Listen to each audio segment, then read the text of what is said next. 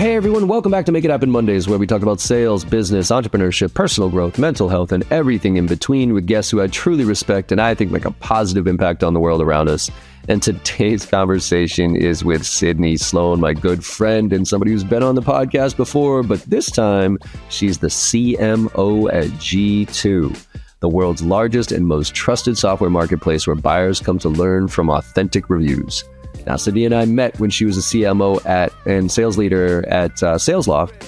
And since then, she's been an advisor for Scale Ventures and the CMO of Drata. And so we just use this as a great opportunity to catch up and for me to pick her brain about what she's seeing out there from a marketing standpoint and where the whole world of sales and marketing is going in this new AI world. And one of the things we started with is just when she left SalesLoft, she actually was burnt out. And, she has some recommendations on how to deal with it and why she was burnt out and how she just needed a break, and got into this whole energy management, which I'm a huge fan of, which is doing things that give you energy versus suck energy away from you. And there's so many things that we do on a regular basis that just drain us from energy that we got to get away from so we can focus on what really lights us up. And that's the whole evolution, what she went through. She realized she needed a break. And so she got into that advisory role and she saw some really cool companies. And we talked about some of the challenges that all companies face, no matter what stage you're at. They all kind of have the same problems that boil down to some basics there. And then we got into some specifics, right? About how, ideal customer profile and how important that is right now to go really deep in it. She's got some great insights there. And I talk a lot about this myself. And then, the AI agent movement here. And what does that mean for sales reps? And how do we leverage it as businesses? How do we not get replaced by it as sales professionals? And how do we leverage it from a sales and marketing standpoint so we're all on the same page, right? Because the sales and marketing divide's been there since I got out of college almost 30 years ago at this point. It's still there to this day. And there's definitely some things now that are blending the two roles, and AI is facilitating that. So we have to pay attention to it so we don't get replaced. We talked about, obviously intent data. That's what G2 is all about. And that's where I think the world is headed with all the information that's out there about us as individuals between LinkedIn and all the social stuff that we do.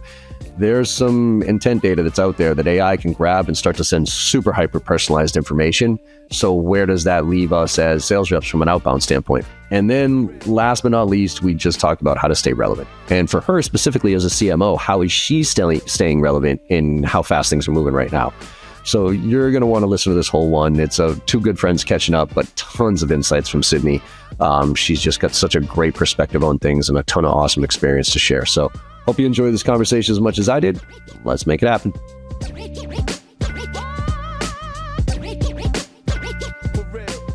Sydney Sloan, what's going on? Welcome back to the Make It Happen Monday podcast, my friend. How are you?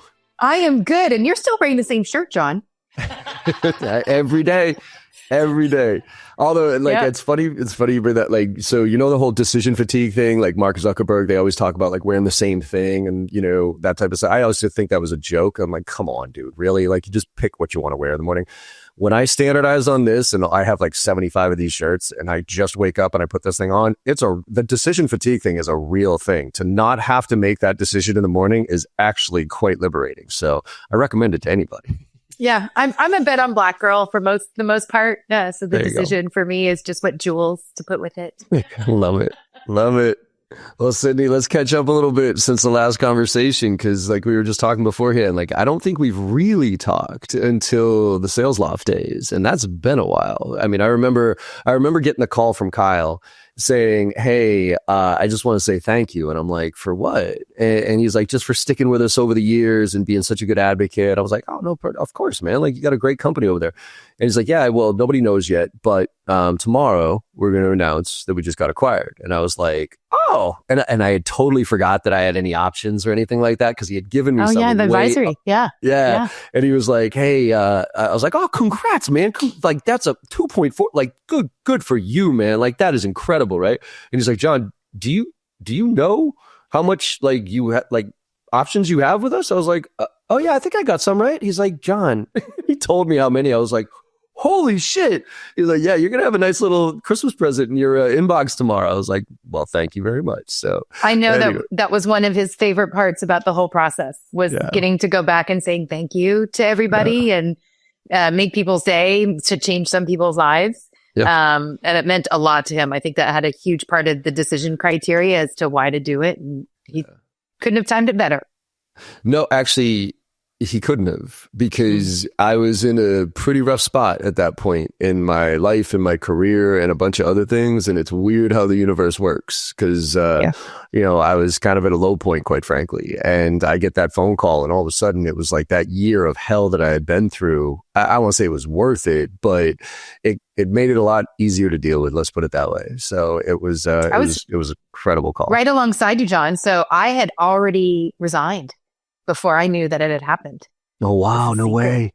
Yeah. Oh, I didn't know that. I did. And so he was convincing me you have to stay through the end of the year. And I was like, I'm going to have this other job and I should go to it. And I'm not going to tell that story because it's not worth it. But same thing. Like, I was completely burned out, and we had just done the big rebrand, and we all lived through COVID, and I just had nothing left in the tank. And I'm like, I know this new chapter is coming with Vista. And I don't have anything left.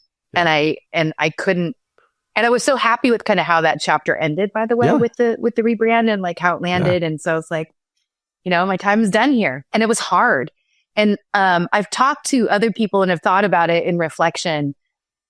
And one option that I could have done, and that I now encourage people to do when they're talking about burning out or just not finding the motivation anymore, but still loving the company, is to ask for extended leave of absence.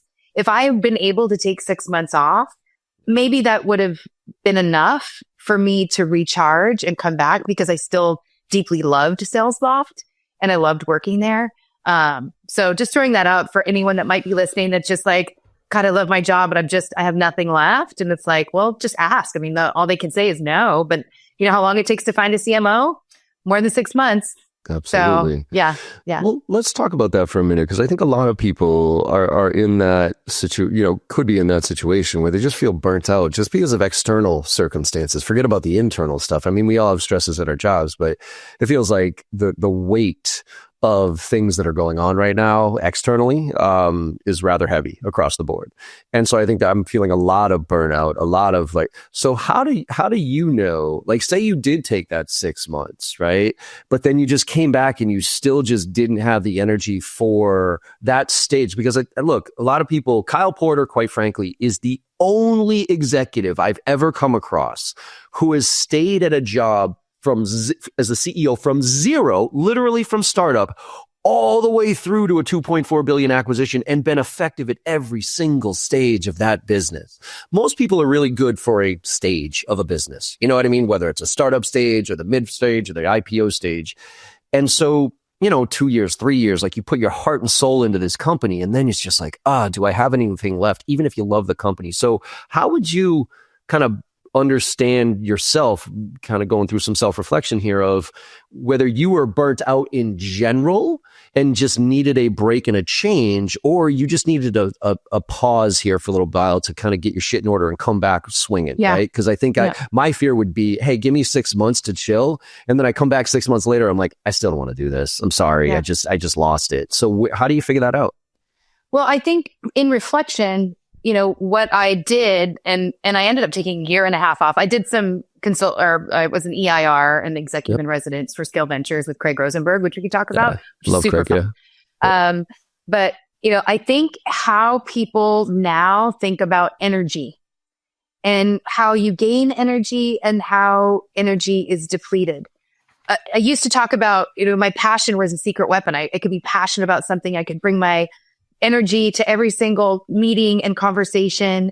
And I did, but I did it so much that I actually went to -0. I went to an acupuncturist the week after I left SalesLoft, and she told me, she's like, you have nothing. She's like, you want to be maybe in the middle. And she's like, your tank is less than empty. You're not even running on fumes. Wow. And I could feel it, right? I knew it. I couldn't even fake trying to have energy anymore. Yeah. And so a year and a half with acupuncture, doing things and recognizing, energy levels and just having to accept that I couldn't be the person I was before that could just power through it. And instead, I could do one trip a month, Or I could do one speaking engagement because they are high energy, and then I'd have to go take a nap afterwards. And so I just read actually, there was an article on our D2 Learn today. Bill from Focus Labs was saying how he color coded his calendar, and like things color coding. Red are things where energy is going to be depleted, and purple was at times where energy would be gained. So you're just looking at your week and you're like, am I being balanced? And where energy be depleted, energy to be gained, inside and outside as well. Like, maybe you put working out or reading or meditation or whatever it is that then gives you that energy. So I think that's really important to be aware of if you are feeling like you're going to burn out, or if you have burned out, to start studying that. And another, there's a gentleman that, and I'll give you the podcast link later, because it's something that we reviewed with G2, which talked about your environment and the being in an environment. So when you close your eyes and you imagine yourself somewhere, are you on a beach? Are you in the mountains? Are you in an urban scenario? And that's most likely where you feel and gain energy. So you've heard a lot of people move to the mountains, move to these different places. And so making sure that you're putting yourself in those places. And so for me, I did this before I listened to that podcast, but the home I lived in, the kitchen table that I was sitting at for 5 years was actually a depletion of energy. I was so sick of, we were stuck there for COVID, and then, I got sick there and all this stuff. And I'm like, it's not giving me energy anymore. It's actually negative. So I moved, sold the house and moved. Yeah. Total change. So not that it has to always be that drastic, but again, like it was the thing that worked for me to help me bounce back. Yeah. And I think it's interesting because a lot of people feel tied because of very specific things, right? Like they're tied to their house, they're tied to this, they're tied to that. But I think if COVID taught us anything, we're not really tied to much. You know what I mean? Like, and what is really important. And I've been going through the same kind of energy audit over the years of like really, there's certain times of day, right, that you look at as far as energy. But to me, it's like what you said, what gives me energy and what takes energy away from me.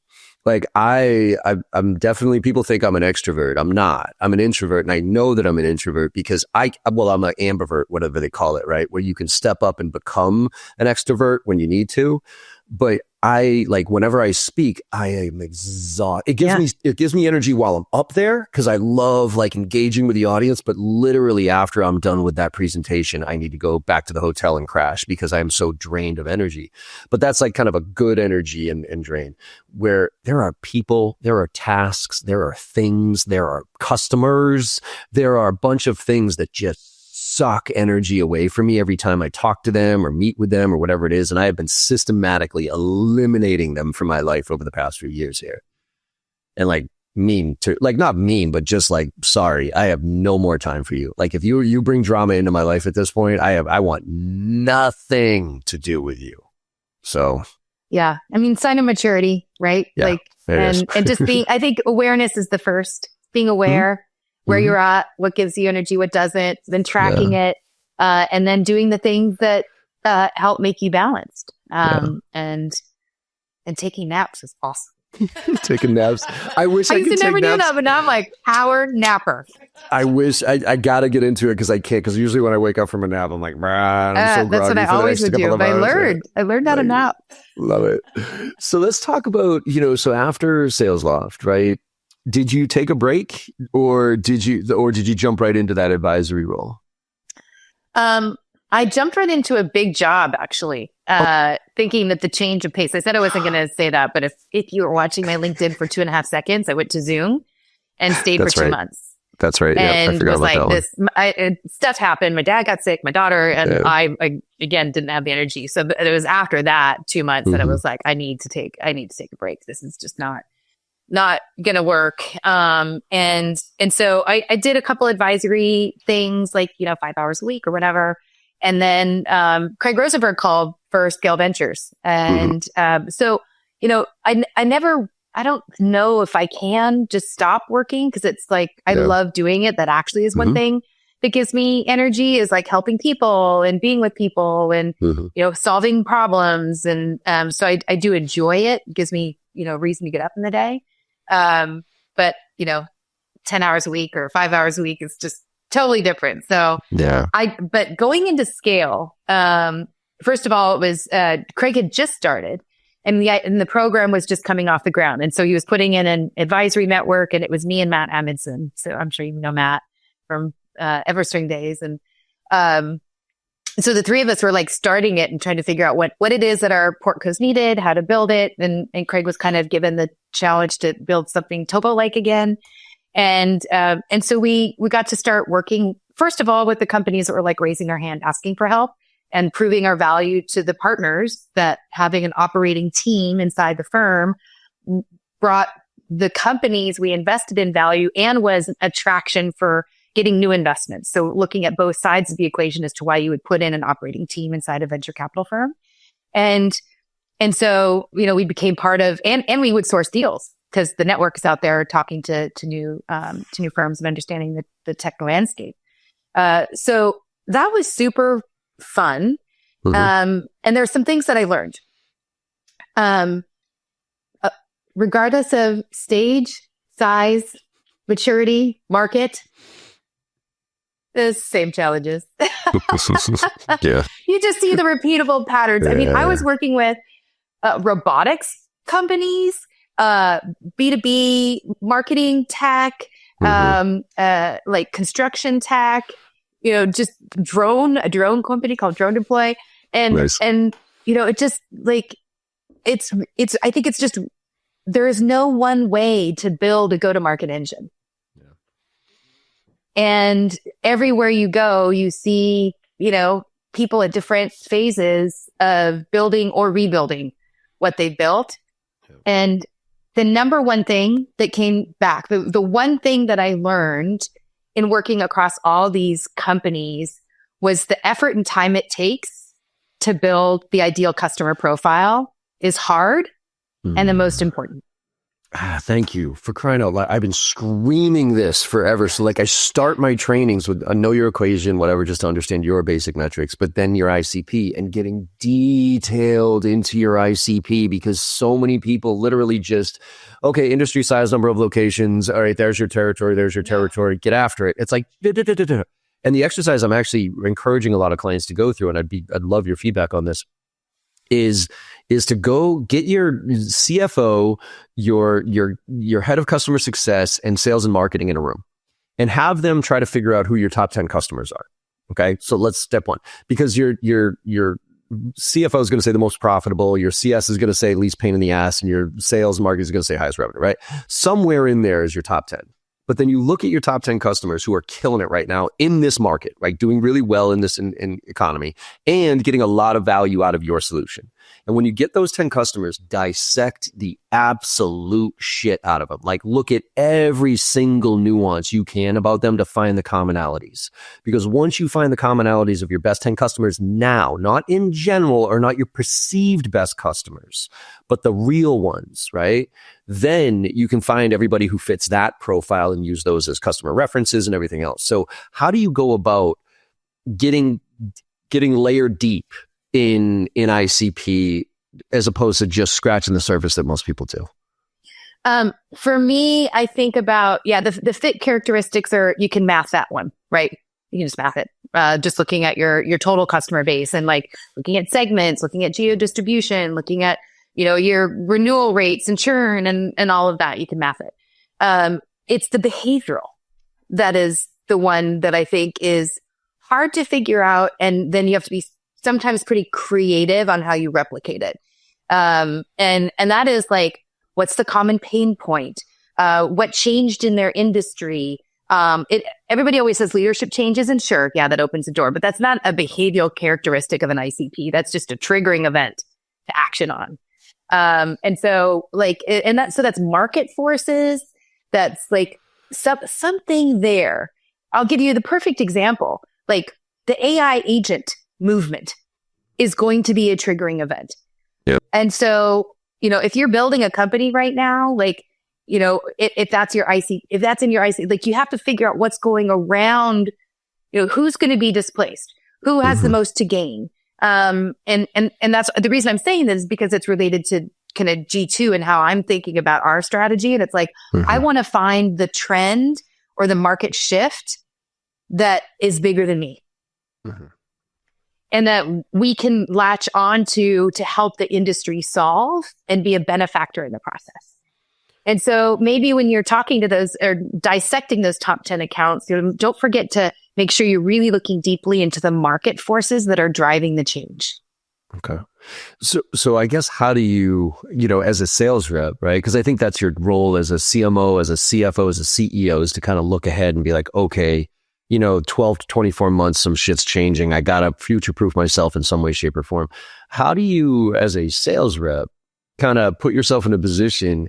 And this goes to coming with a perspective and a hypothesis versus solution selling, right? Because I think the days, at least at the executive level, and correct me if I'm wrong, of me like, hey, Sydney, I'd love to talk to you about your 2025 priorities and how to help you achieve your goals, and then, tell me about your priorities. What keeps you up at night? All these dumb bullshit questions that are super lazy, right? And then I think the tolerance for that is over, right? Because there's no value in that to somebody like you.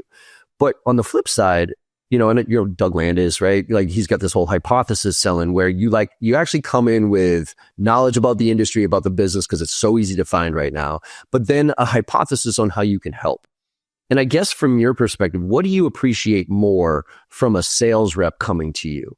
Is it super thoughtful, insightful questions that get you to think a little bit? Or is it, hey, Sydney, here's what I know about you so far. Here's where I think I can help. Here's some ideas. I'd love to talk to you about this and see if it resonates. Like, where are you on that from an acceptance? Like, what do you think is necessary these days from a sales rep? I'll tell you the same thing that Kyle Porter always said. He'd say, tell me something I don't already know. And so if you've taken those 10 customers and found the commonality between them, that may be something that customer doesn't know about the industry because you have the insights from those 10 customers. Okay. Not we work with so and so, right? It's like, we've been solving this problem for our customers and it's because of X and Y. And what they're seeing is Z. How does that relate to some challenges that you might be having? And is that impacting you in the same way? Like something where you're like, again, like, oh, I just learned something about my competitive market set that I didn't know. Like we're very lucky at G2 that we sit and have a view of what's happening in each market segment. Yeah. But anybody could do that. Come to G2. Read that customer's reviews, and you've just gotten as much insight on what their customers care about. Now go read their competitors' reviews. Now you know what the competitors think about them, and you can draw a correlation between doing that research that is customer-centric, industry insightful. The other, like, I was even telling our own team to do that. I'm like, use research on the G2, like how do we go deeper? We're asking, AI all these questions about, tell me about the CEO and their top priorities that are impacting their growth. And, you get a good answer. It's a good research mechanism. And I always want the 2 levels why behind that. So keep asking, go to multiple, not just one GPT, go to multiple, you'll get different answers and you'll try to tease that through and then you'll share what you've learned and then ask the next question of why and why again. Yeah. I'm telling you stuff you teach, right?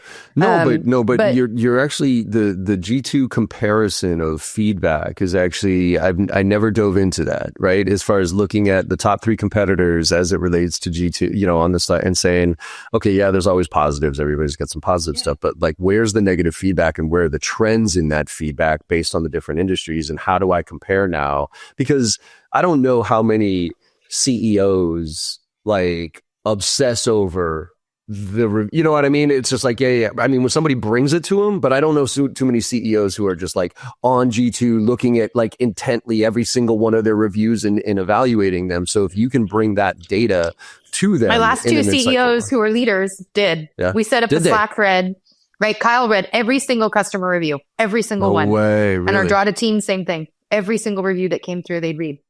Good for them. Okay. Voice of the customer right there in front of them. Right. Well, I was, but like, the good, the bad, the indifferent. I loved it. Yeah, I'd say that they should. I just don't know too many that, a lot of them are just kind of out and about doing their thing, the brand and pushing the business, and they rely on other people to bring them that insights. But the ones who actually are tied to, the real customer and getting feedback from are the ones who talk to customers a lot. Studying gong calls, which is good. I mean, you're getting the insight into the sales process and how the team is doing, but that's not the same as like, post-implementation direct customer feedback.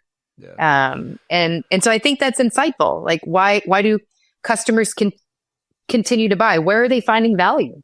Is it the value promise that you're delivering, or is it something completely different you didn't expect? And if so, go double down on that. Change your messaging, and it's real time, so you can keep updating it and see how that comes through. And I'm not trying to do a pitch here for G2. No, I get it. Yeah. But it's like whatever source you have to be able to go out and research what, their customers care about. You can't tell me that a C-level person wouldn't care to learn what their customers care about. The good old days when you'd secret shop. Do people still do that? Yeah, I tried to be your customer. I signed up online, right? Like that doesn't work in a spray and pray cold email world, but it sure does if you're being a good rep. Like, I tried to be your customer. This is my experience in that. I saw this, and this. Like, just that's the insights. definition of design thinking, right? From a sales standpoint, it's like you become the customer. You sign up for the newsletter, you buy something, you return it, you get a license of it, you see how it works, you download the app, you see what's going on, and then you're like, okay, just from my perspective, like here's some stuff that didn't work for me, right? And bringing that to the table with a solution.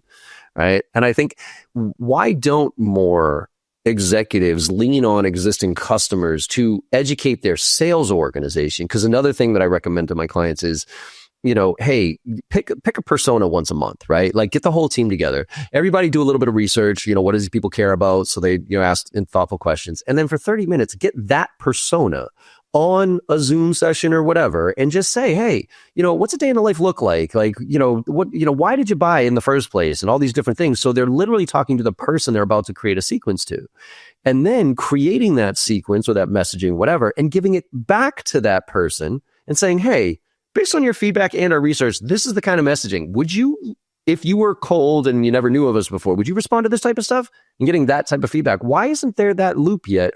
And how do you operationalize that?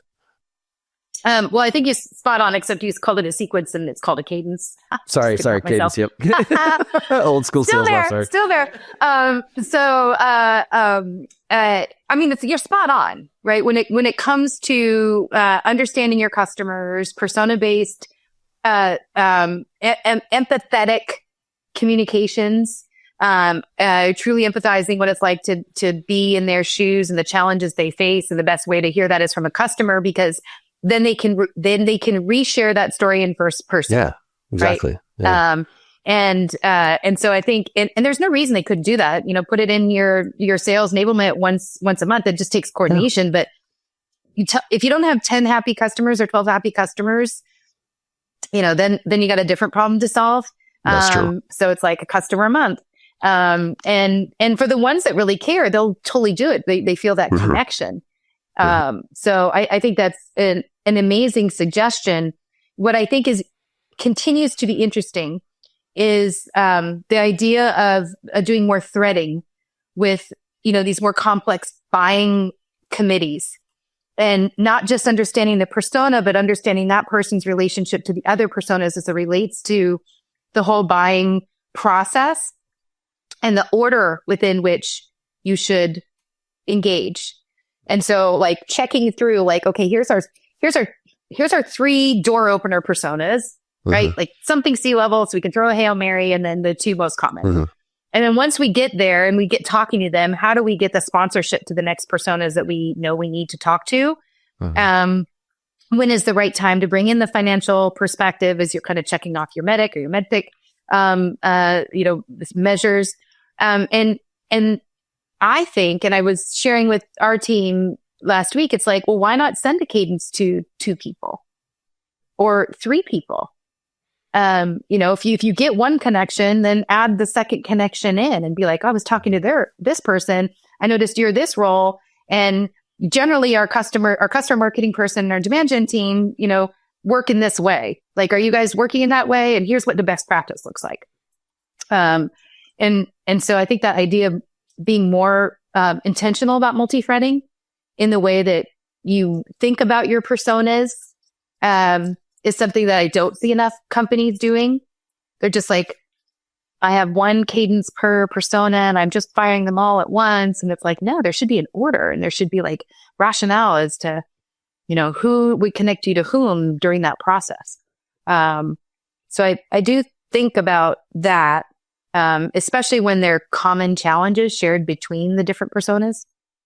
Yeah, and then like going back to that go-to-market motion, right? Like we're all from a go-to-market motion trying to figure this, how to slice this up. And, one of the things I wish we could just do is get rid of attribution. I know that everybody needs to get credit for their shit. And I know complexities is marketing, but if we could just literally, who gives a shit where the meeting came from? We all did a good job. That's why like outbound to me, I actually put more as a marketing function these days because it's about impression points. Right? It's about leaving these poor kids out there who are making cold calls and like, the connect rate. I tell people right now, like sales leaders, if you're putting the expectation on a sales rep that they're going to make a cold call and get a meeting with a tier 1 ICP, you're out of your fucking mind. And you're setting them up for failure. Because first, you have to have the right contact information. Good luck with that. Second of all, you have to have somebody live pick up the phone. Good luck with that one. Third, you have to get through whatever gatekeeper it is to talk to somebody who's not the gatekeeper, right? So you have to go through that gauntlet first. Good luck. Then you think whatever you're going to say is going to be some magical thing that's going to catch me. And I'll be like, oh, all that strategy I've been doing and planning for the past 12 months about what we're trying to accomplish here. I'm going to dump all of that and jump into a new sales cycle with you. Like you're out of your mind if you think that's going to happen. But if you look at it as an impression point where that call might lead to them reading your email, that might lead to them looking at your LinkedIn profile, that might look at them going to your website. So how do you address that? How do you allow for attribution so people get credit for wherever the fucking thing came from, but you still have this more of a teen GTM approach versus a sales GTM and a marketing GTM and everybody fighting over it? What have you done in kind of your career here as a CMO to help smooth that out and get teams to align more effectively? I haven't solved it 100%. Yeah. I don't think anybody has, but when I got to, again, it doesn't matter the size of the company, the age of the company or whatever. When I got to G2, we weren't running an account-based approach yet, even though we sell to account-based companies. We were running MQLs and leads, and we did have tiered accounts. That was good. But I think I want to have attribution because I want to understand what programs work for which part of the equation. Yep. So I know where to invest. Uh-huh.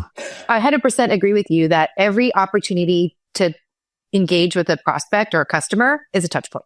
Yeah. And you should add all those things up to understand how hard it is. It's hard.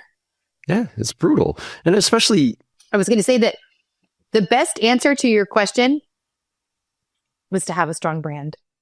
If you have a strong brand, that cold outreach isn't as cold. And as customers and companies have pulled back on spend, brand is harder to make that case to invest in because people are still looking for the quick wins of the demand coming in. And so you have to defend it. That's hard. That's really hard. Yeah. I think the other thing too, I'm a big fan and believer in, I'll give you the big picture of it. Mm-hmm. What I always want to do first is I want to understand the market landscape of my customer. So let's say we figured out the ICP that we were talking about earlier. Okay. Now what's their world look like? If I were to take those 10 companies that you talked about and look at their tech stack, what's common in those tech stacks and what's uncommon? Uncommon, toss out. Then what's common, map those. So you're seeing the view of the software world from the eyes of your customer with those market categories. So SalesLoft being an example, we would like to think that we were the center of our customers' world, but probably not. CRM was probably still, at that point, center to their world. And so, okay, it's CRM, then it's sales engagement, then it's probably some kind of marketing automation solution. Then maybe it's a gifting platform, and maybe it's a a calling platform and a recording platform back in the day. All right.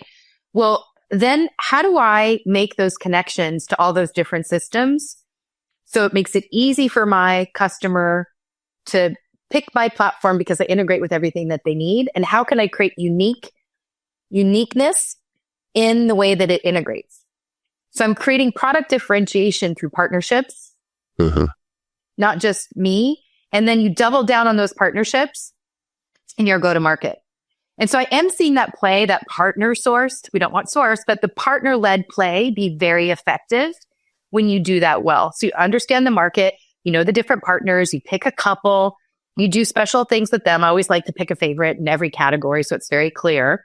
And then say, let's go to market together. Ideally, let's go to market in 3 companies. So back in the days at SalesLoft, I did it with Drift, 6 Sense, and SalesLoft. We created custom integrations. We built playbooks, and then we brought our teams together. We used Crossbeam to help each other out. And now I'm seeing that play repeated. We did it at Drado really well, repeated and repeated and repeated. And so, how to get in, right? That's what we're saying. We're like, how do I go from being a cold call to a warm call? Well, let me tell you, a partner introduction is a pretty nice warm call. If those companies are happy with that partner and they're recommending you as a way for the customer to get incremental value out of the solution they've already purchased by purchasing another solution. A 1 + 1 = 5. So that's a story you can tell, right? And it's funny because you're talking at obviously from a company level, right? And strategic alliances and partnerships, but you can do that as a sales rep too. Like I've been talking to sales rep right now, like you have to be a problem solver. Forget about selling your solution here for a second. Be a problem solver. And what you do is you kind of figure out your client's ecosystem, like you said, like who are all the other vendors that touch your client and ideally the persona that you're going to talk to. And then what I used to do is I would find like the category leader in each one of those areas. I would call into their sales team. I'd say, can I talk to your best sales rep, please? And they'd be like, why? I was like, I just want to talk to your best sales rep. Just give me your best sales rep. And I'd get on the phone with them. I'd be like, hey, Sydney, looks like you and I actually go after the same type of customer here. Could you do me a favor? Would it be okay if I had you in my backpack? Because sometimes when I talk to clients, they don't need what I have, but they need what you have. And would you be okay with me referring you in? Who's going to say no to that, right? Then you go, hey, and would you mind maybe once a month we get together and just share some insights about what's going on out there or whatever it is, that type of thing. So now you don't expect anything back from them, right? So you kind of create your own ecosystem here to add value to your client list. And then you bring that, and then inevitably, if you do that enough, they're going to start bringing you into other opportunities. And you can do that as an SDR if you wanted to. You don't even have to be an 100%. AE, right? And I think that the thing that's unique now is that Crossbeam brings that, if your company's already partnering, Crossbeam brings that visibility into the account list. So you can be very specific right out of the gate, knowing like that's, you have these customers, I have these customers, let's cross-pollinate. I love Crossbeam too, to make sure that they turn on our integrations, to make sure that, because when companies build more integrations, the products become stickier and they're less likely to churn. That's the case for everybody. This is not just anything that's unique. And so really thinking about that piece of it, I would guess, and I'm curious for you, John, like how many of those partnerships do you need? I would say like 3. Like if one rep has 2 or 3 other sales reps in these tangential companies that they're maintaining a monthly call or a bi-monthly call with, I think that's enough. 3 to 5, right? I mean, I think it depends on what you sell, right? Because if you sell something like a platform, like a SalesLoft that has a bunch of stuff in it, you need probably less partners, right? Because you want to make sure, because you cover a lot of other stuff. But if you're kind of a point solution and there's a lot of other things involved, like the tech stack around you is different, then I think maybe a few more. But you go too many, then you start to dilute yourself in general. But I think it's just more of again, if you look at going back to understanding, attribution and equation and stuff like that, like, yes, you can generate quote unquote meetings through outbounds. That is a channel for developing, leads or meetings, but there's also networking events, there's partners, there's referrals, there's inbound, there's all these other different channels. And I used to look at them as different channels and figure out how do I optimize each one of these to make sure that I get the number of meetings that I need to get each month to be able to convert all the way through. Mm-hmm. So, and I remember SalesLoft had a study. I don't know if they've ever updated it, but it was like once you hit 3 channels, it's like a 5.7x increase in conversion rate. from just doing single channel. So if you're only using email, like your open rates, it's not even worse, right? But if you go email, phone, and social, it's a 5.7x more likely chance that that customer is going to respond to you. I think you put partner in there, then it'd go even higher. Yeah, and it just feels like, what's funny is all these reps are freaking, like I get a lot of reps who are freaking out about, oh my God, but that sounds like so much like you have to cold call, you have to do this, you have to meet. Let's just reverse about 20 years ago when sales was just fucking sales. You know what I mean? And I didn't have any SDRs and I didn't have any AEs and I had my book, I had my notebook, and I had it, like, you actually could manage it. It's just we are now, the perception is that we can't because we are so hyper-focused on our channel or whatever we have to do. But if you macro out a little bit and realize how to, first of all, manage your energy, like the things that we talked about, and who you want to spend it with, you can put together your own little ecosystem here that can future-proof you in a lot of ways. Because then no matter where you go. If you have an SDR, treat your SDR like a channel. Oh, God, right? Yes. Yeah. And please, AEs who treat SDRs like shit drive me out of my mind. Because I don't know why you would like treat somebody. They must not have ever been one. That's what I would say. Yeah. I'm very curious on this one. I want to move to intent data now because I do believe, with you as CMO of G2, like right in the middle of this, I am wondering what your I have my opinions of where we're going to go here, and I'd love to get yours because I think intent data is everything, right? Like I train trigger events. Hey, look for that trigger, make a connection, right? But I'm making an assumption, right? Hey, you just opened up a new office, you made a new, launched a new product, whatever that is. We help companies who do that, and this is how we do it, right? But it's an assumption, and at a very baseline level, a lot of times it's like you take people from spray and pray to look for, like, do a little bit of homework, holy shit. And then they make a connection, right? Oh, you went through merger and acquisition? Well, this is how we help people merge and acquisition. But they don't really understand the stages of a merger and acquisition. They don't really understand what happens in a merger and acquisition. They're making that connection. But then there's that level where you get to, you're like, okay, I now have business acumen and I know what's going on with all this stuff, right? But that's still me taking a guess. Intent data is like you're searching for something that I have, right? And so I'm trying to figure out, as an SDR, and the role as it evolves right now, because I think it's the biggest impacted one right now. How is it that, when I look at Instagram, for instance, every single thing on my feed, like I've trained this, well, again, this algorithm has trained me. So literally every single thing in my feed I want. I'm like, oh, yep, definitely want that. You know what I mean? Like the amount of shit that I buy off of Instagram is embarrassing. Okay. Good thing you don't need clothes.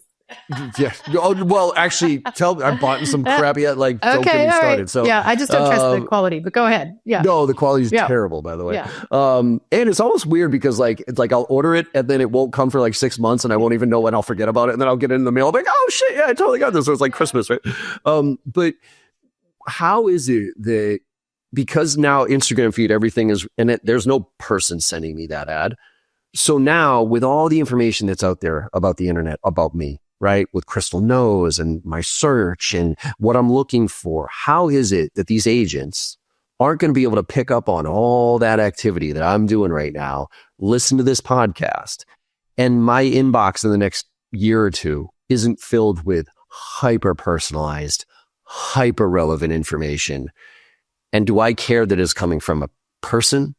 I don't think so. So are we going to get to that point where it is so intent driven that anything other than a hyper personalized thing isn't even going to resonate with me, and SDRs who are doing the traditional like sequences and cadences and that type of stuff are just going to be irrelevant? I mean, I wish I had the crystal ball. And here's where kind of our research and this is obviously an area that's very much related to what I do and also my curiosity. Just, I think that, this is going to be another one of those transformative shifts, like digital transformation, cloud movement, like AI is going to, we have to completely rethink everything. And we're going to do a whole roadshow series on this with our partners this year.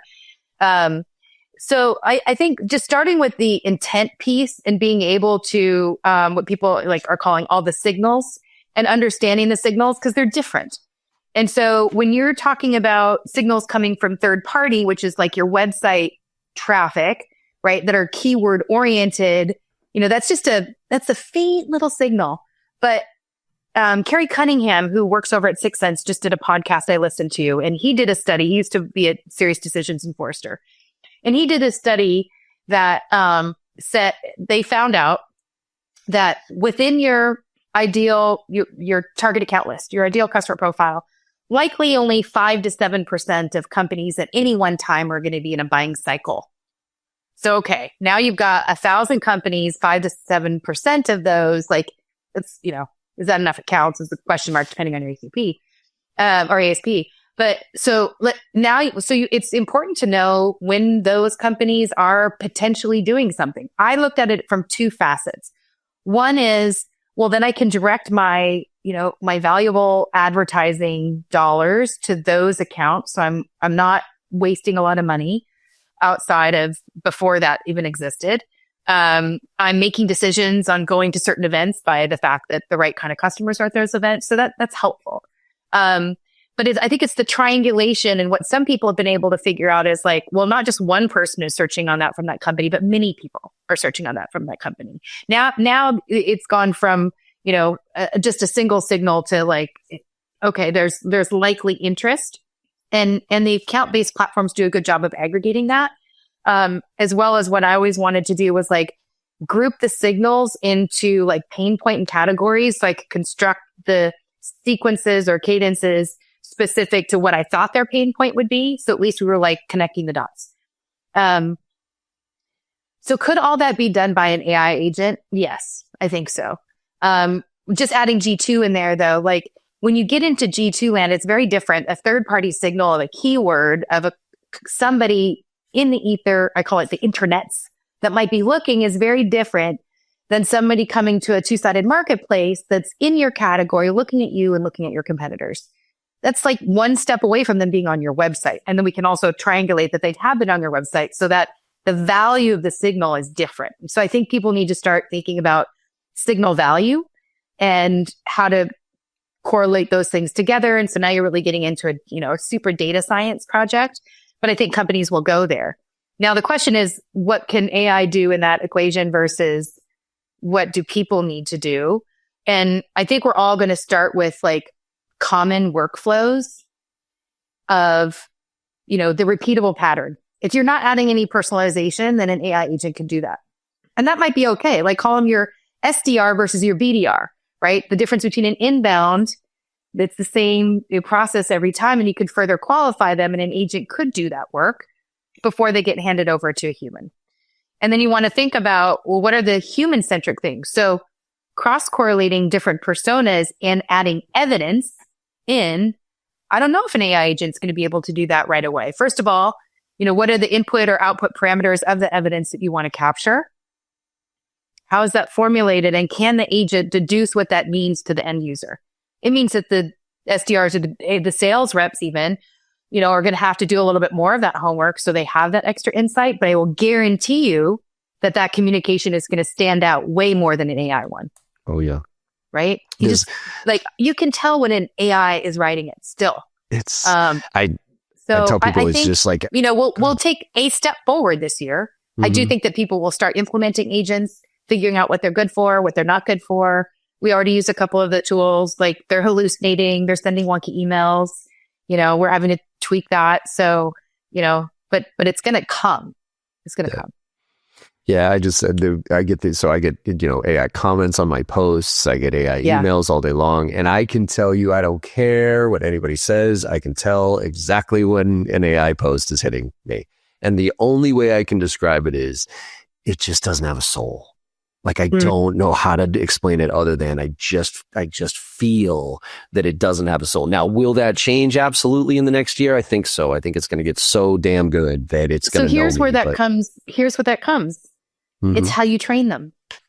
Just how we train, the same way that we train our reps. So what information is relevant to an agent to be trained?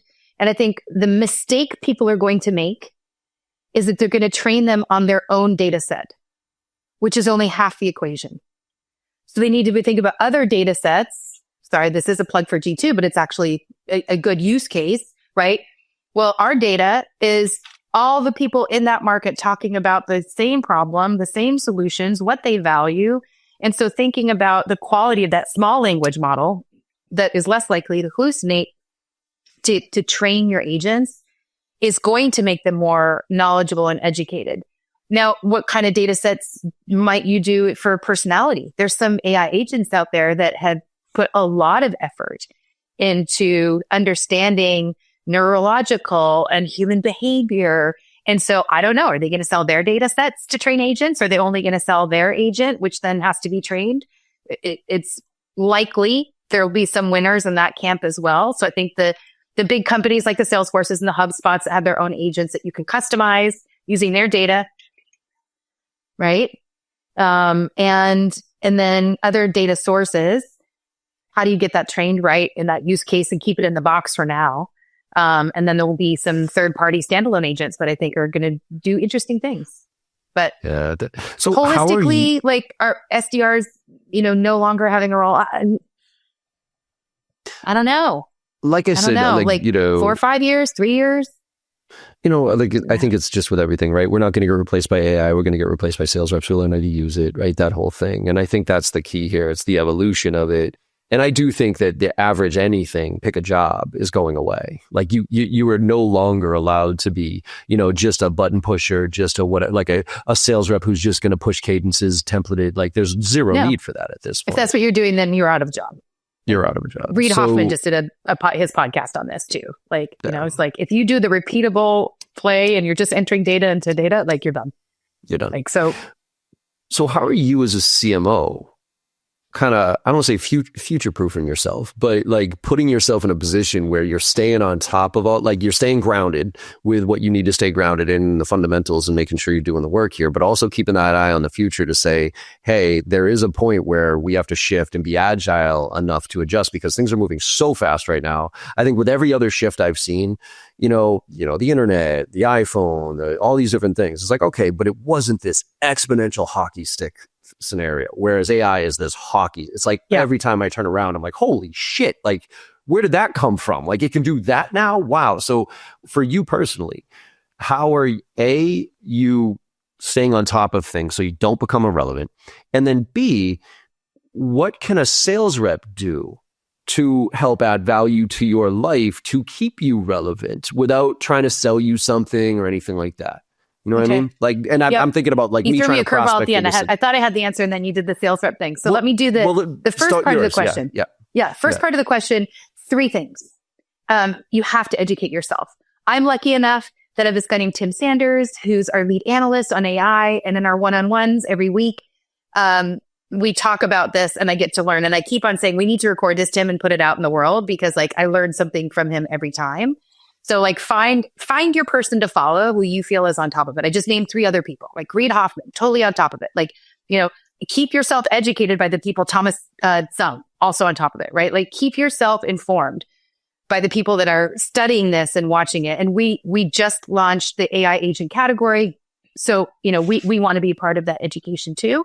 So figure out who's got the right thing and start following them and listening. The second thing is train your teams. If you want to stand out, you need to help your teams embed AI in how they work day to day. So I'm in the process of hiring an AI coach for our team. They're going to coach us on how to use what we already have. So we're a Google Workspace team. We've got the Gemini capabilities. And so like help teach them how to use it so it's not scary, understand what's the fear of adopting that, and then just, encourage the day-to-day. And I'll do things like, I just asked Gemini this in a meeting. We'll be talking. I'll ask Claude says this, like just weaving it into the way that we work to make it more of a natural part of the way that we work. So we'll go through a couple trainings. Then she's going to go deep dive with she or he, I haven't picked him yet, but I think I know. We're going to go deep dive in a couple different use cases. So there's an emergence of AI coaches and trainers that is needed in this economy now, right? Heads up. Yeah. And so that's the next step is kind of like the areas where I think going deeper on how to write more sophisticated prompts. And that's around our research team. That's around our data analytics team, just because we have so much data. And then I think there's probably a use case around content, because that's the most commonly applied use case in marketing is content ideation. And then kind of you write your own stuff and then let the tools like do the repurposing of the content. So that's number 2, enable your team. Leaders who invest in enabling their teams will let their teams outperform and not rely just on the individual. So when we hear that story about, well, those that don't, well, make sure your team does it. Train them, right? Make them more effective. And then the third thing that I'm doing is community. So in our communities, in my CMO networks, there's a sub-network that we're forming that's just getting together once a month to talk about it and to share best practices. Find your network. Yeah. Pull them together. Start talking about what you're doing. And we're like, what's working for people? What's not working? What are you testing? And we want to learn together. And so, that's the power of community and network. Now, the benefit of that, let's go to the salesperson, right? Is your CMO in a network? Find out, right? Are you in a network? Are you talking about with your network about those different use cases and how it might apply? But I think the best one, like the lowest hanging fruit, is being really smart about understanding what AI enhancements your company has put into your own technology. So you might not have to understand the whole AI landscape, but you can be an expert on sharing with your customers or your prospects the investment your company is making in AI and how that will help them adopt the product better or create unique differentiation. And so you can still be talking about it from a perspective of expertise and not trying to think it. I love that. So it kind of goes back to, when I always told Salesloft reps or Salesforce reps or any of them when I was training them, like, if you're not the expert in your own damn product, then because you use it. And by the way, most of those reps are calling into VPs of sales and that type of stuff. I'm like, you're their rep. Like, all you have to do is explain what were you doing before you were at Salesloft and how convoluted it was and how much more efficient you are now. And if you can show that as an executive, I'm like, holy shit, wait a minute. You went from X to Y and it's because you're using that platform. I want to talk to you. And then do the secret shopper thing on top of that. Yeah. And then I applied it and did it in your case. And so here's the 5 points that broke down in your process that I know we can help with that would accelerate your deal cycle by this, close your rate, that second piece. I actually just thought of something that was kind of interesting. I tell reps all the time if they don't think they're in trouble from an AI standpoint, just go on to ChatGPT, Perplexity, whatever it is, and pretend like you're a customer of like a potential customer, right? And so for me, I'd be like, hey, I'm a VP of sales of a 50-person sales team, 20 SDRs, 30 B. I'm looking at the JV sales training. Tell me what I need to know.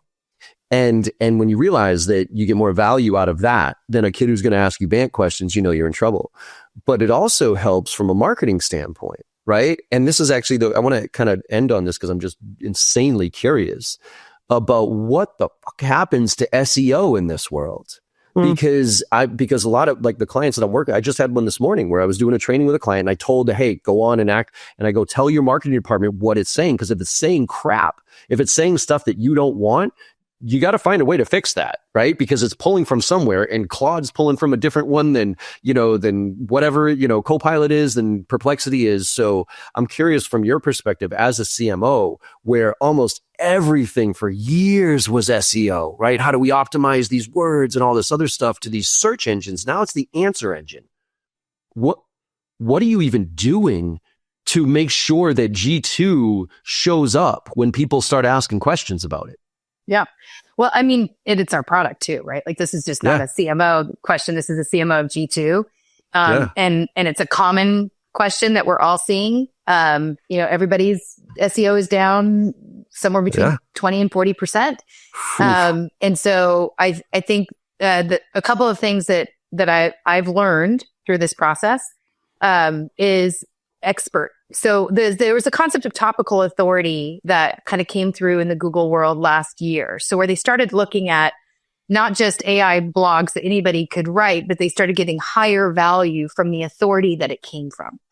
And so I think you have to start to establish authority in who is creating your content. If that's you, if you're hiring evangelists and industry experts like you, John, and how those authorities or authoritative voices are being leveraged, and then which channels do you go in? So before you just do the authority to your own site in hoping to drive traffic. Now I think we have to be happy with the reference, right? So you may not get the direct click or link, but it's seen as the reference in the outcomes.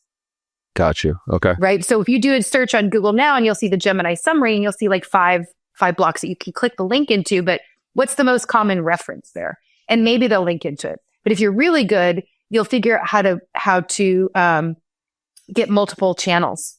So it's not just your reference. Maybe there's an article on Forbes and then another, like I think going back to the media platforms that have kind of lost ground they are seen as authority. So maybe going back into contributed content is again a better play.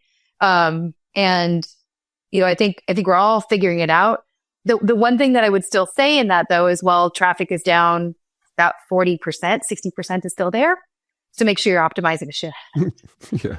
Well, and that's a beautiful thing to ask ChatGPT. It's like, how do I optimize? Like I've actually started to ask ChatGPT, how do I optimize search for GPT so that my stuff comes up positive? Oh, that's interesting. What does it say?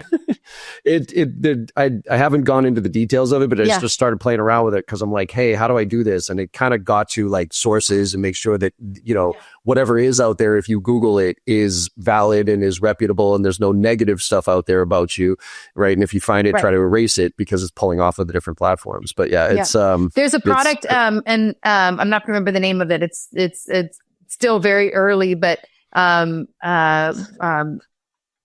I can't remember the name.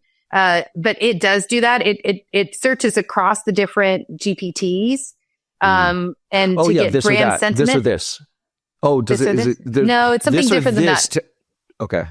But yeah, there are people that are developing products now, right? Like this rapid to understand brand sentiment across the different platforms. So large brands can start to address what those are and try to feed the different GPT engines. I've talked to the folks at Reddit. We've talked to the folks at Stack Overflow, like these big companies that have partnerships with the open AIs of the world. And I mean, the challenge there is like, you have to have a lot of content. So I think a single company is going to really struggle to try and influence the LLMs. Yeah. And so I don't think we know the answer yet. Like for the short term, it's influencers being where your customers are. So, LinkedIn, I'm sure is going to get a lot more investment coming its way as people pull off of Google. And then, are these GPT platforms going to figure out a monetization strategy where we start sponsoring within them? I think so. All right. I'm going to ask one more selfish question. I know we're up on time here, but I'm going to be very selfish on this because where I am, and it relates to this, right? The influencer marketing, right? So influencer B2B, I've been sitting doing this for 15 years, just kind of chugging away, doing my thing. And now all of a sudden it's like, oh shit, people actually want to, have me help represent their brand. And for me, I'm very selective, right? Because I never want to be the NASCAR logo, right? That type of thing. You've always been that way. I know that. Yeah. Yeah. Thank you. So, hey, John Barrows, you got right, whatever. But, I try to be easy to deal with, but I might not post at the exact time that you want me to. I might not say the thing that you want me to. But these AI agents that are brands in and of themselves, you see in the B2C world, actually creating these AI influencers, right? Where on Instagram, they're showing everything and they look exactly like a human being. They have personalities, they have fun. So I guess my question is from a CMO standpoint, what's the transition here of having your own AI agent influencer that posts and does exactly what you want it to versus somebody like me who has my own brand, has a bunch of other stuff? Where do you sit on that? Like leveraging somebody else's personal brand versus creating your own influencer brand with these AI agents that you can mass produce and get out there and post 75 times a day if you want to? I don't know if I'm going to see that coming to the B2B world. You don't think so? As fast, because I think that still at the end of the day, the human needs to follow that person. And so I haven't met a AI agent yet in the B2B world that can do that. And not saying that it wouldn't happen, but in the short term, like we're just solving the problem that challenges today. Yeah. And, I hear you. There's still a lot for us to all figure out the B2B world of the role of the agent. And, when the human will stand out versus the agent. Like I just got somebody, said, here's my virtual avatar. And it wasn't personalized. You might have, it was like, there was nothing. Like when I used to get a video, like someone was on my website, tell me, like I knew, and I was like, that was valuable. Would I have gotten like, no, that's not valuable. And so again, I think it continues to come back. I'll take it all the way to the beginning, right? If you understand your ICP, if you understand your customer, if you understand what they care about, then you have to deliver insight and value with every interaction at every possible place that they might live. And so that's still the foundational and the basics of being a great marketer. It's just that our worlds have changed. And so now we have to reinvent how we think, because we can't just go write a bunch of blogs and SEO our way to it, or buy a bunch of ads on Google and buy our way to it. Like, this is why this is fun. This is why this is fun. Right? Like, right? That's why people are afraid of this. I'm like, if you get into this shit, this is cool. Yeah. Like, figure this shit out. Like, if you have the figure it out mentality, right now is a bananas time to be in business. It resets the game for everybody. Everybody. Right? Everybody. And it's just a level like playing marketing field automation too. did, 12 years ago? Yep. Right? If you got there first and automated your way to like incredible spam and nurtures, like you converted more. And then the first people that adopted SDRs, like got to people first and more. This is just a new thing. So I will say on the agent, on the influencer agent, here's my use case on it. I'm a founder-led small business. Okay. I'm a technical person. I don't like being on camera. I don't, you know what I mean? That type of stuff. So I got this, I can create this AI avatar that looks like a human and feed it with just knowledge and say, you know what, post 3 times a day on Instagram, post this, that, and create your own brand for us. I could see that use case. Now, maybe for bigger, B2C, Coca-Cola and all that stuff, I think whatever. Well, just call them JBJ then and let them post from your handle, right? John Harris Trainer. Yeah. And, so that's and like make it a younger, John Harris with hair or whatever, right? Like get create. I don't know when that happened, but true. My wife does not want to see that. You still have to be, I think, truthful and authentic that this is an AI, because we're all going to figure it out. And what you don't want to ever erode is the trust. And that's so if you brand your new avatar as a name. Mm-hmm. And people know that it is, and it's worth following because you're training it to do these things. Yeah, sure. Yeah, that's what I think my delineation right now on AI is. As long as I know it's AI, I'll accept it. But as soon as I feel duped because it's pretending not to be AI, and I don't care how valuable the content is, as soon as I sniff it's AI, I'm like, you know what? Fuck that. You know what I mean? Never mind. No matter how valuable the content is, because I feel duped. It was kind of like Drift. Remember when Drift, the chatbot started, right? Oh, yeah. And at first, it was like you would get into a chat, you'd be like, oh my God, this is the most responsive customer success person I've ever met in my entire life. This is incredible. But then after like 3 or 4 chats, you'd be like, dude, like, wait a minute. This is. You got to the end of the decision tree, even though it was supposed to be AI. Yeah. Right. But then Drift came out, and Drift was like, hey, I'm a robot. I just want to give you a heads up. I'm a robot. Okay. What questions do you have? And I'll get you down to the point, and then I'll hand you over to a human. As soon as that happened, I was like, oh, cool. Let's see what this robot can do. Right. Yeah. So I don't know. I think we're there. But I will tell you, if you look back at about a month ago, I played around with HeyGen, and I now speak perfect Spanish. I now speak Japanese, and you would not, like, if you didn't know me, you watch that video that I posted on LinkedIn a few months back, and it's me speaking not Spanish, Spain Spanish, not Mexico Spanish, Spain Spanish. And it is blah, blah, blah, blah, and my mouth is moving perfect. Yeah. My mouth is moving perfect. And it's like, holy smokes, like you can do this now. And so it's moving faster than I mean, like you said, it's fascinating to me and it's fun. So Sydney, where can people find out more information about you, what you're doing, if you're hiring, what's going on? Where can they find out what's going on with G2? So it is actually sell.g2.com, because when you come to g2.com, you get our marketplace. So sell.g2.com, or just hit me up on LinkedIn. That's Sloan on LinkedIn. I answer all my DMs. I know. I'm still one of those persons. Yeah, I do too. Yeah. Yeah. Awesome. So, well, we got to get back together one of these days, grab a drink, maybe go out dancing or something like that. See you. Remember, yes. Back in it. Back in this the time clubs. With tennis shoes. Yeah, exactly. Yes, exactly. Thank you so much, as awesome. usual. So good to see everybody, good to see you too. And everybody, hope you enjoyed the conversation as much as I did. And like I always say at the end of all these podcasts, go out there and make somebody smile today. Because no matter how bad your day is going or how bad you think it went, you go out there and make somebody smile and you know you had a good day. And the world needs a lot more of that right now. So thank you all very much. And I will see you on the other side. Hey everyone, I hope you enjoyed that conversation as much as I did. With your support and our incredible guests, we're one of the top sales podcasts out there right now, and I can't thank you enough. Now, to keep the momentum going, it would mean the world to me if you could go and leave a 5-star review on your favorite podcast platform and share some of your favorite episodes with your network. Also, I am super excited to be launching my new newsletter, where I'll be sharing everything I know and everything I'm learning along the way while I'm out there selling every day just like you. Go to jbarrows.com/newsletter to sign up today. Let's all level up and make this happen together.